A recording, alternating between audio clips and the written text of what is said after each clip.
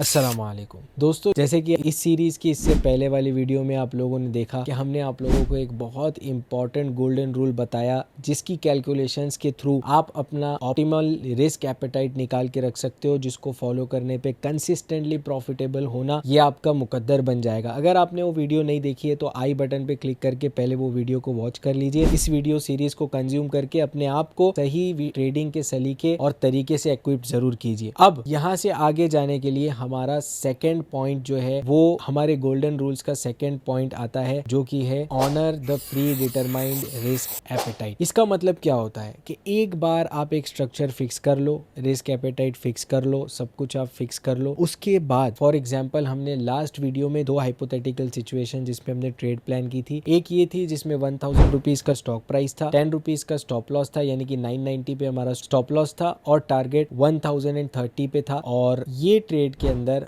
हम लोगों ने अपना रिस्क एपेटाइट के हिसाब से क्वांटिटी डिटरमाइन की थी। अब जब हम इसको फॉलो करके एग्जीक्यूट कर लेंगे, मसलन 500 रुपए के रिस्क एपेटाइट को हमने फिक्स किया था, 50 क्वांटिटी हमने इस ट्रेड में बाय कर ली, 50,000 रुपए का कैपिटल हमारा लग गया, जिसके अंदर 500 रुपीज का रिस्क है और 1:3 के हिसाब से 1500 रुपए का हमारा यहाँ पे रिवॉर्ड है। अब इस सेकेंड पॉइंट का यहाँ से काम शुरू होता है कि भाई आपका रिस्क टू रिवॉर्ड रेशियो जो भी आपने सेट किया है, प्री डिटरमाइंड टारगेट और स्टॉप लॉस वैल्यूज को रिस्पेक्ट करके अपनी ट्रेड को पूरी तरीके से इमोशंस को अपने ऊपर हावी नहीं होने देना है। अपने आप को समझा देना है कि भाई जो मैंने प्री डिटरमाइन किया हुआ था 500 रुपए का लॉस हर ट्रेड में, वो रूल मैंने इसमें फॉलो किया हुआ है। अगर मेरे 10 के 10 ट्रेड भी गलत होते हैं तो मेरे 5000 से ज्यादा जाने वाले नहीं है इन अ होल मंथ। तो I am ready for the loss that is the outcome of the most negative thing that can happen in this month. पूरे महीने में 10 के 10 लॉस होने पर जो आउटकम आ सकता है उसके लिए मैं ऑलरेडी अपना माइंड बना चुका हूं। तो इस वक्त कोई भी ट्रेड आपके खरीदने के बाद से डायरेक्ट टारगेट पे नहीं जाती।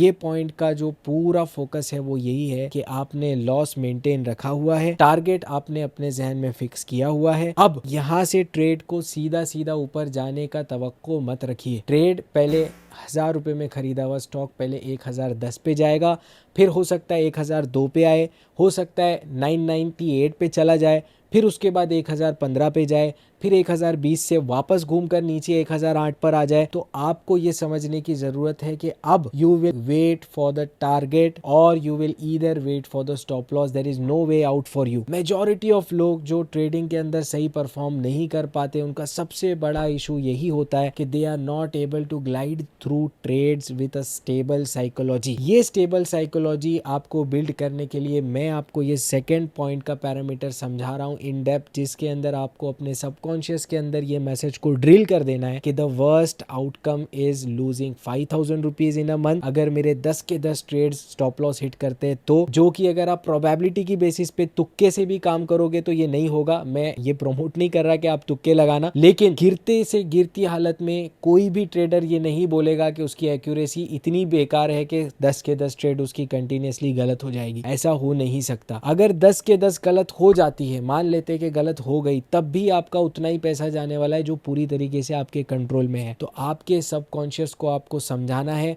ये हमारा पॉइंट नंबर 2 है कि जो जाने वाला है वो हम पहले ही फिक्स कर चुके। अगर वो चला भी जाता है तो उससे हमें कोई फर्क नहीं पड़ता। अब हमें एक पूरे इमोशनल स्टेबिलिटी के साथ हर ट्रेड में या तो कंप्लीट टारगेट या तो कंप्लीट स्टॉप लॉस का वेट करना है। There is no way for us to exit trades in between. Majority हमारे पास जो ट्रेडर्स आते हैं उन लोगों की एक बहुत बड़ी बीमारी है कि भाई हम जो है प्रॉफिट के पास जाकर वो वहां से ट्रेंड रिवर्सल दे दिया, वहां से नीचे आना शुरू कर दिया, तो हमें लगा यार पहले 3000 का प्रॉफिट बता रहा था, अभी सर 1500 पे आ गया तो मैंने बेच दिया, मैं सोचा नीचे जाएगा पर बाद में टारगेट हिट कर दिया। एक बार आप ट्रेड को प्लान कर लो, उसके बाद सोचने का मौका अपने आप को दो ही मत। आप क्या सोचते हो, आपको क्या लगता है, मार्केट को इससे कोई फर्क नहीं पड़ता है। The market doesn't give a damn about what you think, it's simply about what is happening there. आपको वहां क्या हो रहा है वो देखना है, उसके हिसाब से अपना कैलकुलेशन करना है। अपने आप को लॉस के लिए जो आप प्रिसाइजली झेल सको उसके लिए रेडी रखना है, टारगेट बुक्ड रखना है